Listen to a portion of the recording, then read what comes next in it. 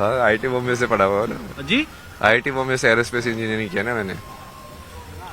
IIT Mumbai से हाँ aerospace engineering. हाँ। तो इस अवस्था में कैसे प्राप्त हुए? ये अवस्था तो सबसे बेस्ट अवस्था है। ज्ञान के पीछे चलते जाओ कहाँ जाओगे, यहीं पे आओगे। रहने वाले कहाँ के थे आप? हरियाणा, मतलब जन्म स्थान हरियाणा है, रही तो बहुत जगह पे है। जैसे मुंबई में भी आईटी बॉम्बे में थे, 4 साल वहाँ पे पढ़ाई की, फिर वहाँ से एमडेस किया, फिर मैं फोटोग्राफी इन सब में चला गया, आर्ट्स में, इंजीनियरिंग से। आईआईटी में लोगों का एडमिशन नहीं होता है। हाँ। आपका एडमिशन हुआ, पास किया आपने, एरोस्पेस इंजीनियरिंग में थे आप, और अब ये बड़े बड़े नाखून, कंठी, माला और नहीं ये तो वही तो कर रहा हूँ मैं। आप देखो ना, अभी वो सारे ज्ञान को एक साथ कर रहा हूँ ना, अभी जो जितना भी अटेन किया है। अब जब आप मान लो ग्राफिक डिजाइन सीखोगे, फॉर्म्स आप कैसे बनाते हो, मान लो, अब तुम्हें कैसे समझ में आएगा कि यार बड़े नाखून होके रहना कैसा होता है। मतलब तुम फीमेल कॉन्शियसनेस में कैसे जाओगे। अच्छा जी। फेमिनिन होना कि अब तुम लंबे तुमने कर लिया है, अब तुमको जेंटल होना पड़ेगा, तुमको ज्यादा अवेयर होना पड़ेगा। ये तो जैसे ही तुम भगवान का नाम लेते हो, आधे तो भारत में ऐसे बोलते हैं भाई ये तो पागल हो गया। जैसे तुम ध्यान में बैठते बोले तो बाबा बोलेगा, ये तो भाग जाएगा घर से। यार बाबा नहीं बनना भाई, मैं तो अब ये चीज सोच में आई कि हाँ ये असली ज्ञान तो यही है। अब मन को समझना है, मेंटल हेल्थ या कोई और चीज को तुमको ठीक करना है, तो यही करके करोगे। तो लेकिन लोग तो कह रहे होंगे कि आपकी मेंटल हेल्थ ठीक नहीं है। तो लोग तो कुछ भी बोलते रहे। तभी तो चैनल तो मैं हूँ, लोगों से फर्क क्या पड़ता है मुझे। फर्क नहीं पड़ता। वादे सब करते हैं, वादे शिवा। नमस्कार दोस्तों, मेरा नाम अनुप धीमान और आप देख रहे हैं नेशन ब्रो। कुंभ मेला के अंदर बहुत बड़े बड़े महान संत आए हुए हैं और उन संतों की वीडियो हम आपको दिखा रहे हैं। आज हम आपको एक ऐसे बाबा की वीडियो दिखाते हैं जो आईआईटी से पास हैं। अगर वो इस समय नौकरी कर रहे होते तो लगभग 2-3 करोड़ का उनका पैकेज होता, लेकिन वो बाबा बन रहे हैं और इनका ज्ञान देख कर ना आप एकदम चौंक जाएंगे। तो वीडियो पूरा देखिएगा। आइए वीडियो देखते हैं। आईआईटी में लोगों का एडमिशन नहीं होता है। आपका एडमिशन हुआ, पास किया आपने, एरोस्पेस इंजीनियरिंग में थे आप, और अब ये बड़े बड़े नाखून, कंठी, माला और नहीं ये तो वही तो कर रहा हूँ मैं। आप देखो ना, अभी वो सारे ज्ञान को एक साथ कर रहा हूँ ना, अभी जो जितना भी अटेन किया है। अब जब आप मान लो ग्राफिक डिजाइन सीखोगे, फॉर्म्स आप कैसे बनाते हो, अब फॉर्म्स, विजुअल फॉर्म्स कैसे बनती है ना ये, तो सबसे पहले तो आपको जो बेसिक फॉर्म्स जो है ना वो सर्कल है। अब तुम चालू करते जाओ, सर्कल मतलब एक्चुअली में वो सर्कल नहीं है, पॉइंट है बेसिक फॉर्म। अब पॉइंट से तुमने उसको घुमाया विजुअल के अंदर ना, उसको मोड़ा तो क्या बना, या तो सीधा घुमाया तो लाइन बनेगी, नहीं तो वो कर्व बनेगा, है ना। अब उसके तुम जोड़ के उस कर्व के अंदर क्या हो गया, 2 पॉइंट हो गया। अब 1 से 2 हो गया, 1 पॉइंट था से 2 पॉइंट हो गए।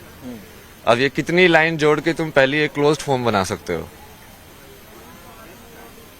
ये आपने ये जो बनाया हुआ है इसमें ये क्या है? ये तो 3 का है ना कि 3 के कॉम्बिनेशन में तुम बेसिकली परम्यूटेशन और कॉम्बिनेशन कितने कर सकते हो। जैसे 1 2 3 है तो उसको तुम कैसे कैसे कनेक्ट कर सकते हो। ये मैथमेटिक्स है ना। ये आई एम ओ 0 शून्य, आई एम 0 इन संख्या। संख्या। वाई यू आर 0 इन संख्या? शून्य है ना, वही तो है चेतना मतलब। अच्छा, शून्य चेतना है। हाँ, जैसे संख्या जो है ना कि तुम 1 हो कि 2 हो कि 3 हो, यदि तुम्हारी चेतना 1 है तो तुम शून्य हो। यदि मैं मान लो जैसे मैं अभी 3 चीजें होती है कि आदमी अपने आप में बड़बड़ाता है, अपने आप में बड़बड़ा रहा, या तो वो अपने आप से बात कर रहा है, या इसको ये मान लो कि प्रकृति से बात कर रहा है सीधा।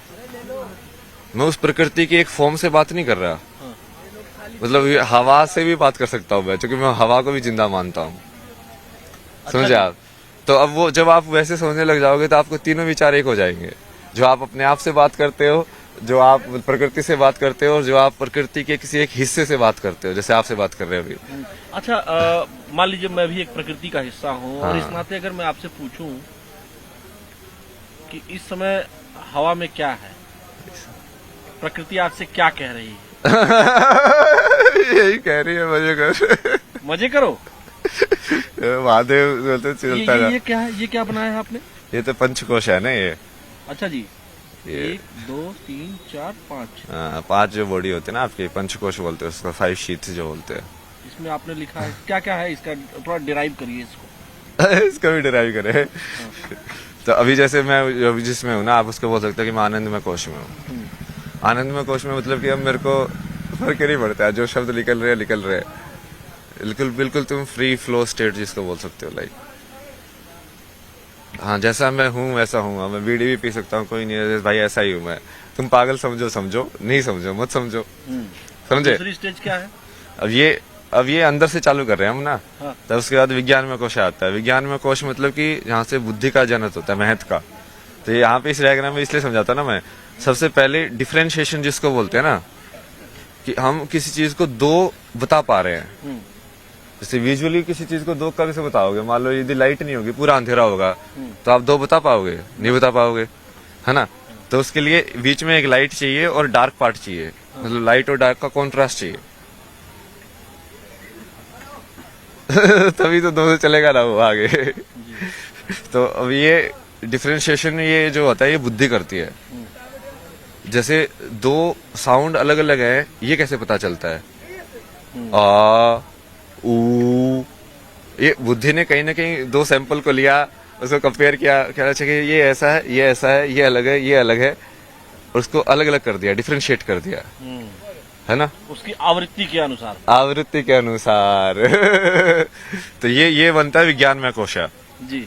वहां से बुद्धि चालू होती है, डिफरेंशिएशन चालू हो जाता है। आनंदमय कोश, विज्ञान में कोश, हाँ। और तीसरा फिर ये मनोमय कोश। इसमें क्या होता है? इसमें जैसे जो आवृत्ति आपने बनी, वो आवृत्ति आप स्टोर करके रखते हो मेमोरी में। एक बार आवृत्ति मतलब एक बार आपने से आप आए होगे, तो हम हमेशा सारी चीजें नहीं देखते ना। जैसे आपने मेरे को ही देखा, हाँ। क्योंकि आप पत्रकार हो, आप वो चीज ढूंढ रहे हो कि हाँ अब मुझे यहाँ से कैसे मिलेगा। हाँ। तो वो जब मैं आपको बताऊं, मैं आपको एक ही बार जैसे देखा, ये लोग आगे बढ़ते हुए जा रहे थे, मैंने आपको जैसे ही देखा मैं एकदम स्टक हो गया। मैंने आपको आंखों में आंखें आपने मिलाई हमसे, यहाँ पे जब मैं यहाँ खड़ा था, तो मैं जब जा रहा था तो मेरी आंखें और आपकी आंखें बिल्कुल सेम पॉइंट पे मिली। फिर मैंने इनको बुलाया, अपने वीडियो जर्नलिस्ट हमारे हरीश शर्मा जी हैं, मैंने बुलाया इनको जोर से। हाँ, तो हम जहाँ थे मनोमय कोश, इसका मतलब क्या है? आवृत्ति को मैंने सेव कर लिया। आवृत्ति का सेव होना जी। एक इंप्रेशन के बाद दूसरा इंप्रेशन आना, मतलब कि जैसे एक बार एक नदी एक जगह से गई, पानी गया, हाँ। एक इंप्रेशन पड़ा ना, हाँ। अब फिर से जाएगी, एक और इंप्रेशन पड़ा, हाँ। तो वो जो इंप्रेशन पड़ रहे हैं हाँ। आपके अंदर, जो आप देख रहे हो, और जैसे आप डिफरेंशिएट करके उसको कन्वर्ट कर रहे हो फॉर्म्स में, हाँ। वृत्ति में, हाँ। इसलिए वो वृत्ति की जगह है वो। तो ये मनोमय कोश हो गया। ये मनोमय कोश है, जिसको माइंड भी बोल सकते हैं। मन बुद्धि चित्त अहंकार वाले जो चार जो एलिमेंट है ना, ये बुद्धि वाले को आप विज्ञान में डाल दो। हाँ। बुद्धि थोड़ा सिर्फ डिफरेंशिएशन बुद्धि है। सिर्फ डिफरेंशिएशन में तुम जरूरी नहीं है कि तुम उसको डिस्क्रिमिनेट भी करो। मान लो अब तुमको कैसे समझ में आएगा कि यार बड़े नाखून होके रहना कैसा होता है, मतलब तुम फीमेल कॉन्शियसनेस में कैसे जाओगे? अच्छा जी। फेमिनिन होना कि अब तुम लंबे तुमने कर लिया है, अब तुमको जेंटल होना पड़ेगा, तुमको ज्यादा अवेयर होना पड़ेगा। जब कोई सच धर के कोई लड़की निकलती है तो उसको ज्यादा ढंग से देखना पड़ता है ना, कि हाँ ये कपड़ा यहाँ से ये नहीं खिसके, उसको ज्यादा अवेयर रहना पड़ता है। अब हम मैस्कुलिन जिसको बोलते हैं उसको हम रफ एंड टफ वाली चीजें बोलते हैं कि हाँ छोड़ो यार, जो भी है पहनो, डर किया, वो मैस्कुलिन एनर्जी है जो करती है, और जो फेमिनिन एनर्जी है वो धारण करती है। वही दोस्तों, आपने वीडियो देखा और इसमें जो ये ज्ञान बता रहे हैं, इसके अलावा जो उनकी थॉट प्रोसेस है बहुत ही अलग है। जैसे जनरली हम लोग क्या सोचते हैं कि भैया हमने बीटेक कर लिया आईआईटी से। देखिए, पहली बात तो आईआईटी से बीटेक करना कोई छोटी बात नहीं है। बहुत सारे लोग भारत के अंदर फॉर्म भरते हैं, उसमें से कुछ बच्चों का नाम आता है और उसके बाद में जो वहाँ पर एग्जाम होता है, पढ़ाई होती है, उसको पास करना पड़ता है। उसके बाद में जाकर आप इंजीनियर बनते हैं और उसके बाद में करोड़ों का पैकेज आपको मिलता है। दुनिया भर की जो बड़ी बड़ी कंपनियां हैं वो आपको हायर करने करने के लिए कैंपस के अंदर आती हैं। लेकिन खास बात ये देखिए, जिसके लिए लोग तरसते हैं वो सब कुछ करने के बाद में इनको शांति कहाँ पर आकर मिली? बाबा बनकर मिली। और बाबा बनने के बाद में जो ज्ञान यहाँ पर बता रहे थे, जो चीजें अपनी ये डायरी के अंदर नोट करते हैं, वो बहुत बड़ी बात है। वैसा ज्ञान जो है आम लोगों के पास में नहीं होता है। तो भैया जिसको जहां पर शांति मिले वही काम करना चाहिए। ऐसे साधु संत अगर आएंगे समाज के अंदर तो जाहिर सी बात है जो युवा है उनको एक सही